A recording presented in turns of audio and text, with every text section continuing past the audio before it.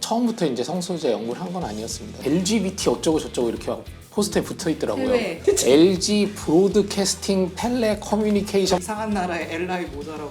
엄마, 내가 봤을 때는 한국에서 제일 멀쩡한 사람들이 퀴커에 오는 한학과 되시는 우리 종교인들이 점점 늘어나면서 덧붙이고 싶은 건 저는 그분들이 언제든지 그것을 그만두고 싶을 때 응원하고 박수 치는 것도 필요하다고 생각을 해요. 여러분 안녕하세요. 제가 다시 돌아왔습니다. 반가우시죠? 게스트는 무지개가 딱 떠오르시는 분들이에요. 무지개 LI로 활동을 하고 계신 우리 학자님들과 신부님 그렇게 모셨고 이분들의 그 정확한 지식과 따뜻한 연대의 마음 함께 느끼면서 인터뷰할 수 있도록 하겠습니다. 요리하는 꾸부 알루입니다. 저번에 한번 요리 대결을 펼쳤는데 알루가 시원하게 이기셔서 너무 기분도 좋고 하지만 이번에 또 등장하시는 분이 아주 칼을 갈고 오셨다 그래서 조금 긴장은 됩니다. 그러면 우리 알루님께 대결을 신청하신 분 한번 모셔볼까요? One, two, three, in the Emerald City.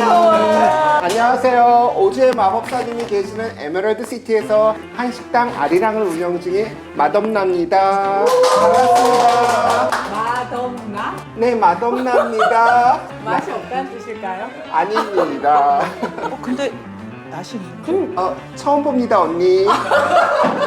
그래서 오늘은 요리 컨셉이 무지개 LI 분들을 모셨기 때문에 무지개가 들어가는 요리를 제가 준비해달라고 요청을 드렸고요. 요리를 만들고 또 맛있게 먹고 인터뷰를 하도록 하겠습니다. 기다려주세요. 기대해주세요.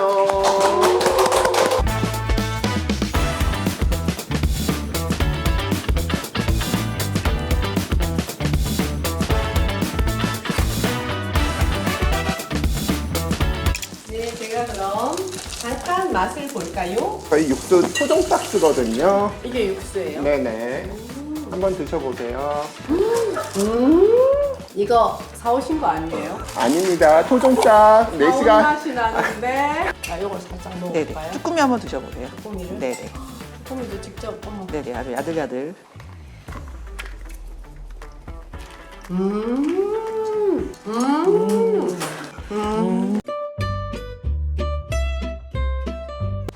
음식이 왔습니다. 오! 제가 준비한 거는 좀 봄철에 드실 수 있는 쭈꾸미인데 샐러드를 조금 콤하게 하기 위해서 금귤을 좀 구웠거든요. 그리고 이제 무지개를 나타내려고 가지고 있는 색깔을 좀 잘 야채로 내봤어요. 요 해물전인데 요거는 또 봄에 많이 먹는 냉이를 다져가지고 넣었거든요. 냉이고 마덤나가 준비한 초계탕은요, 한국 토종닭을 사용했고요. 2시간 고운 육수에 동치미 육수, 그 다음에 겨자와 식초로 육수를 냈습니다. 육수를 부어 드셔도 되시고 면과 같이 드셔도 맛있게 드실 수 있습니다.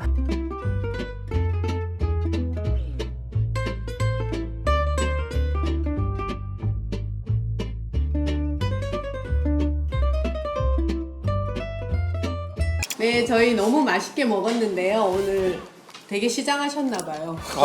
밥을 안 먹고 왔더니 예, 둘 다 일단 너무 맛있고 이렇게 약간 봄에 좀 어울리는 음식들로 준비를 해주셔가지고 근데 배가 너무 고파서 너무 개걸스럽게만 먹었더니 맛을 제대로 좀 음미할 수가 없었어요.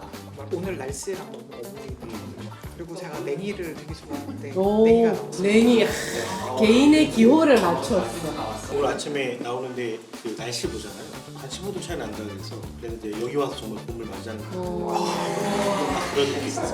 뭔가 약간 막상막하의 기분 네. 느낌이 확 나는데 일단 투표를 해보겠습니다. 두구두구두구두구두구두구두구두구.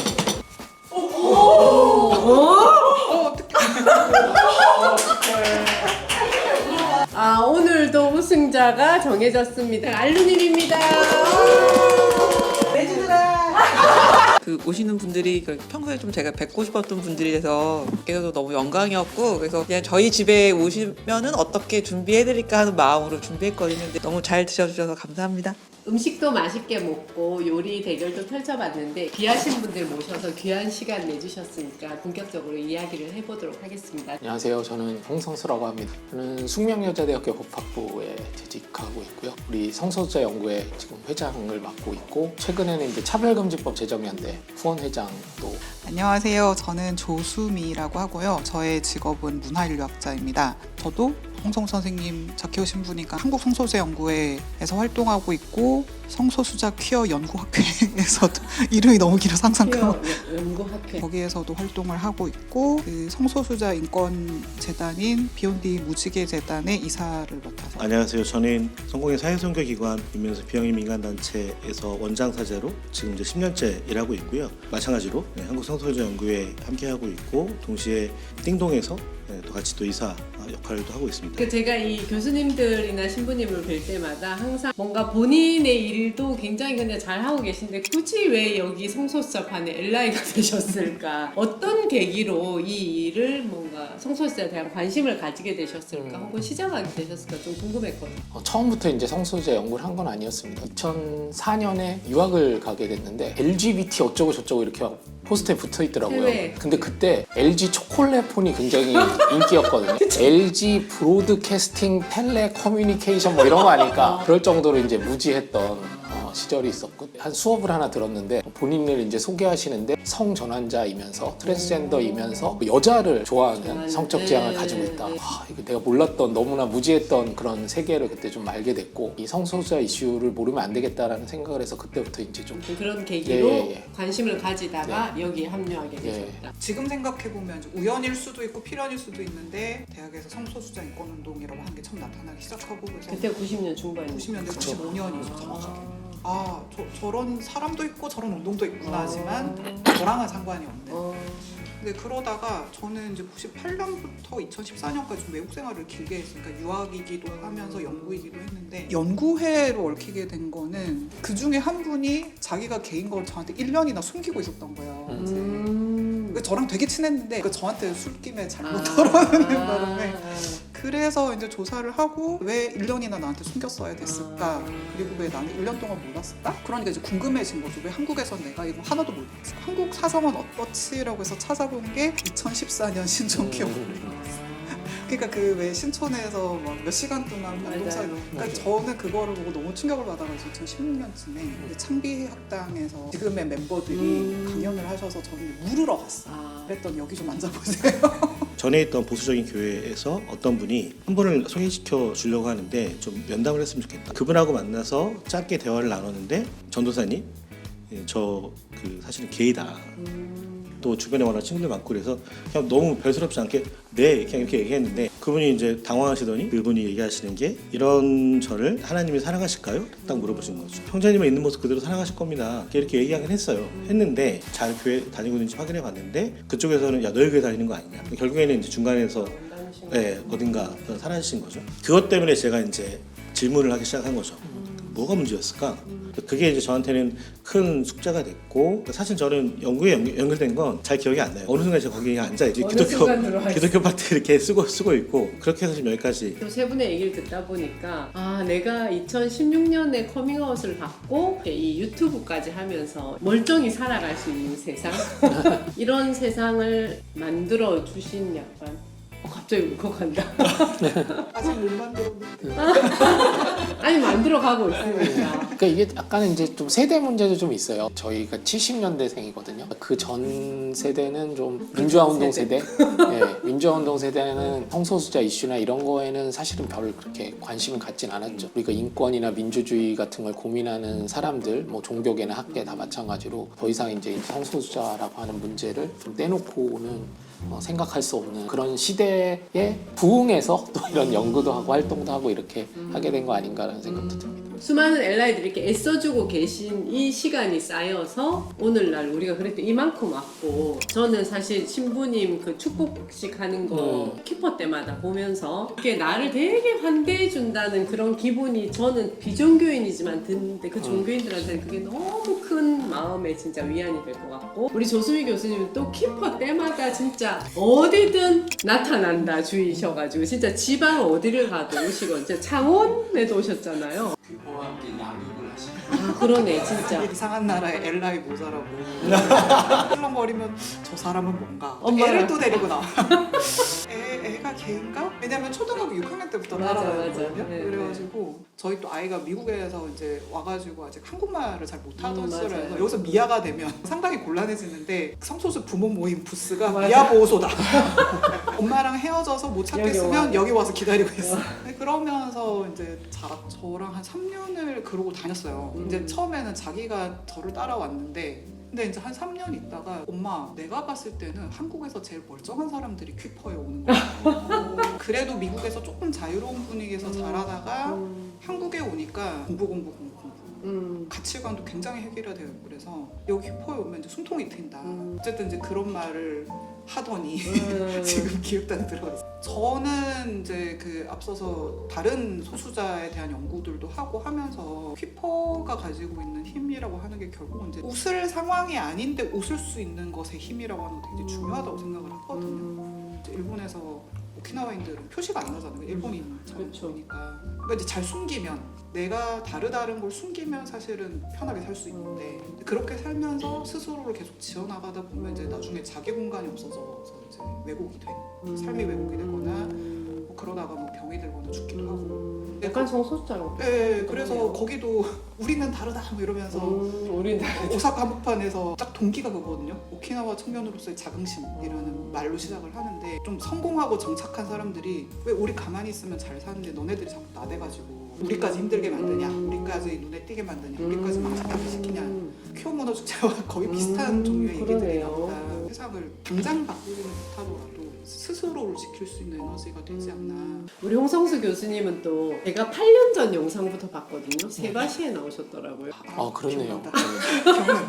8년 전 그때가 아마 차별금지법이 발의가 한번 몇 번째 됐을 때인 것 같더라고요. 예. 차별금지법, 지금 차별금지법 제정연대 후원회장 아니십니까? 그런 거 관련해서 어떤 차별금지법에 대한 이 혐오 차별 연구하게 된 것도 어떻게 보면 약간 우연적인 계기였는데요. 이명박 정부 때 표현의 자유를 위한 연대 이런 걸 만들어가지고 당시에는 이제 표현의 자유가 굉장히 중요한 이슈였습니다. 그러니까 국가가 표현의 자유를 이제 억압하고 거기에 맞서서 이제 표현의 자유를 옹호하고 이게 큰 이슈였는데 고민이 좀 됐던 게 그럼 모든 표현은 다 자유가 있는 거냐? 그랬을 때 이제 한국에서는 그 논의가 거의 없었는데 근데 이제 2013년에 그 일간 베스트 게시판 사건이 터지고 좀 한국 사회에서 논의가 됐습니다. 근데 그런 논의가 되면 아 이거 연구자가 누구냐 뭐 이런 걸 찾게 되잖아요 기자들도. 연구자 근데 별로 없습니다. 진짜 거의 없었거든요. 제가 본의 아니게 이제 혐오 표현 뭐 대표 연구자 뭐처럼 이제 돼서 그때 이제 여기저기 불려나가기 시작했죠. 몇 년 하다가 이제 다른 거 해야지 이렇게 생각을 했는데 이 이슈가 끝나질 않고 계속 이제 길어지면서 뭐 자연스럽게 이제 혐오 표현, 뭐 차별금지법, 혐오 범죄 이렇게 연구가 또 확장이 되어 왔습니다. 그러니까 지금 후원회장을 하게 되셨네요. 후원회장 후원회장은 그거잖아요. 뭔가 후원을 간이하다. 그러니까 그런 활동을 하다 보니까 서로 아름아름 이렇게 도와가면서 했던 그런 이제 연대체였는데 이제는 좀 상근 조직을 두고 뭔가 더 예. 가열차게 그렇죠. 확 해보자. 근데 지금. 그러려면 이제 돈이 필요하잖아요. 그렇죠. 그래서 일단은 목표를 달성. 오. 목표 달성이 안 되면 잘릴 뻔했는데. 그러면 그걸 이제 내가 해냈다. 그건 아니에요. 저 이런 사람입니다. 빨리 한번 하세요. 예, 그렇게 빌드업을 할 정도로 염치가 없진 않고요. 오히려 이제 일반 시민들은 이런 문제에 대해서 되게 관심이 많고 열성적인 또 지지를 보내주시기도 하구나. 저도 얼마 전에 집 앞에 지하철역에 아직도 차별금지법 반대 두 분의 종교인 같으신 아주머니가 딱 큰 피켓을 들고 있더라고요. 알고 보면 반대, 모르면 찬성이래. 그러니까 교수님 말대로 코로나 겪고 나서 어디서 조사를 했는데 80몇 프로가 차별금지법이 제정되는데 찬성한다. 그러니까 그게 지금 이 후원으로 또 나타난 그렇죠. 예, 거기도 해요. 근데 그 10몇 프로 신부님 하실 말씀 있으실 것 같은데.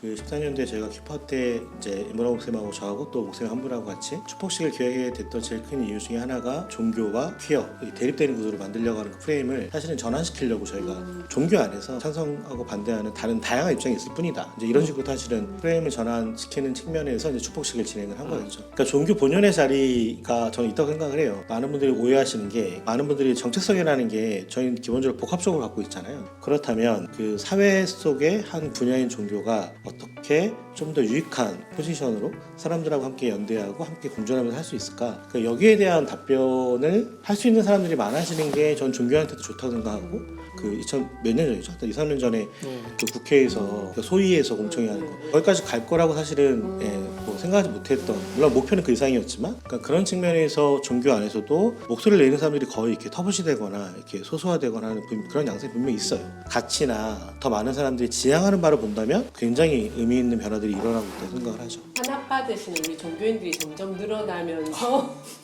좀 진짜 바뀌는 것 같더라고요. 근데 그분들 개인적으로 보면 너무 힘든 시간이지만 많은 사람들이 관심을 갖게 되는 어떤 계기? 저렇다고 출교를 시켜? 그러니까요. 보통 사람들이 생각하기엔 너무 그거는 정의롭지 못한 일이잖아요. 그래서 잘 견뎌내시면 진짜 더 좋은 세상이 되어가지 근데 않을까. 뭐 덧붙이고 싶은 건 저는 그분들이 언제든지 그것을 그만두고 싶을 때, 그러니까 난 이 정도 했어 하면 저희가 응원하고 박수 치는 것도 필요하다고 생각을 해요. 성공회나 또 그 외 여러 가지 그룹들 안에서는 보이지 않는 터부가 있긴 하지만 여러 가지 흐름이 함께 있기 때문에 저희 눈에 띄는 거 말고도 물밑에서 많은 흐름들이 있다는 것들을 제가 염두에 두고 하면 더 많은 이야기를 해볼 수 있을 것 같습니다. 아니 저희가 요즘도 이제 정기 모임을 한 달에 한 번씩 이렇게 하면 부모님들이 와서 다 같이 하는 얘기 그런 거예요. 우리 아이가 더 차별받을까 봐, 편견을 가진 사람들이 우리 아이들을 안 좋게 볼까 봐, 사회생활은 제대로 할 수 있을까 뭐 이런 얘기들. 네. 다 이제 그 걱정, 왜냐면 성인이니까. 네. 그래서 그런 측면에서 뭔가 그런 부모님들한테 저희는 사실 어떤 얘기를 좀 해드리면 좋을까요? 교수님이 뭔가. 어차피 우리가 이제 성소수자 연구회로 왔으니까 저희가 이 모임을 왜 시작했는지를 말씀드리는 거기에 대한 답이 될 것 같은데요. 이제 성소수자가 서서히 가시화가 어느 정도 되던 그런 시점이었고 차별금지법 관련된 논의도 있고 막 이러던 시점이었는데 성소수자 혐오 세력이라고 하는 세력들이 나타났어. 요즘은 유튜브가 더 이제 중요한 매체지만 그때는 이제 네이버 검색이 되게 중요했거든요. 근데 네이버에 뭐 성소수자 뭐 이렇게 치면은 그쪽에서 올린 게시물들만 쫙 이렇게 올라오는 거예요. 그래서 야 이게 이렇게 돼서는 안 되겠다. 이제 권위 있는 그런 학계 논의들을 좀 소개할 필요도 있겠다. 뭐 이런 이제 문제의식에서 성소수자에 대해 12가지 질문이라는 책자를 이제 내면서 이 모임을 시작했던 거거든요. 그래서 이 성소수자 인권운동 관련해서 제일 중요한 것 중에 하나가 물밑에서는 그걸 지지하는 사람들이 훨씬 더 많다는 거. 뭐 학계도 그렇고 종교계도 그렇고 일반 시민들도 사실 만나서 한 명 한 명 물어보고 이야기 나누다 보면은 우리 지지하고 옹호하는 사람들이 훨씬 더 많다는 것을 계속 좀 알리고 그렇게 좀 연대하는 작업들이 중요하지 않을까. 저는 이 사람마다 이 계기가 조금씩 다른 것 같아요. 부모 모임 같은 거를 계기로 해서 외롭지만은 않구나 네. 라는 걸 이제 알게 되는 거고, 각자 처한 위치와 조건에 따라서 또 어떤 종교에 있는 분들은 알고 보니까 작혜호 신부님이라는 분이 이렇게 또 지지를 해주시고 계시고, 이런 게 다 이제 각자의 처지와 조건에 따라서 서로 연대하는 조직들을 많이 만들어 놓는 게 굉장히 또 중요한 과제가 아닌가. 뭔가 외모가 나와 다르다 혹은 뭐 좀 정상적이지 않다는 거에 대한 그 반감? 이게 강해서 난 사실 이것도 약간 성소수자 이 혐오나 차별로 연결된다고 생각하는데 문화인력적으로 사실 이런 한국적인 이런 게 있습니까? 저는 그게 한국의 전통이라고 생각하고 싶지는 않고 다른 나라가 뭔가 엄청나게 대단한 것 같지는 않아요. 그러니까 그냥 안전한 포켓들이 좀 많은 거고, 몇 년 전에 이제 코펜하겐에 처음 갔었는데 그 하지 축제를 하는데 덴마크에서 처음으로 LGBT 단체가 생긴 뭐 기념일을 하지 축제, 그러니까 하지 축제 날 생겼다는 거예요. 75년 주년 기념으로. 그래가지고 이제 또 궁금하니까 가봤죠. 그냥 하지 축제 때 맥주 마시다가 야 우리 이런 거 좀 해보자. 근데 그때 당시에는 거기서도 게이인 거 알게 되면 직장 그만둬야 되고 감옥에 갈 수도 있고, 그러니까 이제 우리가 북유럽 서유럽 하면 엄청나게 개방적인 것 같지만 사실 거기도 그렇고 뭐 미국도 마찬가지고. 저는 오히려 요즘에 그런 정상성에 대한 집착은 획일화되는 거예요. 행복한 삶의 기준이 궤도가 모두 몇 살에 어느 학교에 가야 되고 어떤 직업을 가져야 되고 모든 것이 획일화되면서 거기에서 하나라도 벗어날 여지를 주지 않는 것 안에 외모가 다른 것도 있고 성소수자인 것도 있고 뭐 그렇다는 생각이 들어서 오히려 왜 욕망이 아니라 공포, 밀려나면 끝장난다는 느낌 있잖아요. 맞아요. 경제적으로도 그렇고. 네. 사실은 그럴 때는 우리가 다들 차분히 앉아서 어떻게 해야 될까를 고민해야 되는데 이제 그거보다는 남을 공격하는 게 더 그 이제 약자를 탓하는 쉬운 거죠. 약자 공격. 만약에 한국이 너무 정상적인 거에 집착해서 내가 거기에 맞춰서 살아야 된다라고 생각이 든다면 그러지 않아도 된다고 말씀을 드리고 싶고, 미국 인류학회가 있습니다. 미국 인류학회를 자주 인용을 하는 이유는 이제 규모가 제일 커서 그렇고 인류학자 제일 많고 미국의 사회적인 이슈지만 어떤 땐 글로벌 이슈이기도 한 부분들에 대해서 이제 발언을 하거든요.